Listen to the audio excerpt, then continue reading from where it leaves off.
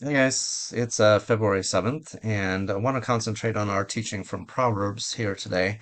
It's on wisdom, and wisdom here in Proverbs 8 is personified as a woman. And what I really like about this is um, you have a loud-mouthed woman who also in this section of Proverbs who is folly, and she is certainly making her desires and her invitations publicly known. But no less so, wisdom, Lady Wisdom is calling out, raising her voice. In fact, what it says here, does not wisdom call out, does not understanding raise her voice? At the highest point along the wall, where the paths meet, she takes her stand.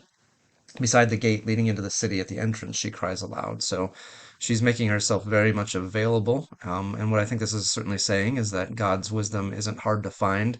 There are places in Scripture where it talks about it being, a hidden pearl or something that somebody might stumble across. But in general, God's wisdom is available to everyone. We don't have to go searching for it. If we're wanting to find it, we can. And in fact, He is broadcasting that He is making that available to as many people as possible.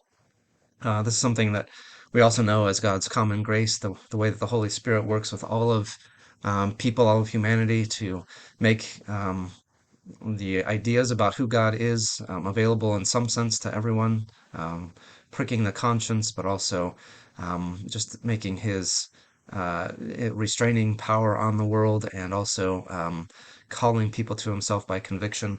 So the Spirit, wisdom, they are available to all of us. We just need to start to pay attention to that, to not be swayed by the other voices that come towards us, but listen more loudly to wisdom and what she has to say. So having our attention tuned to her for that. So that's what I saw from today. Don't think that wisdom is hard to find. She is out there. Listen to her voice. All right, that's it for today.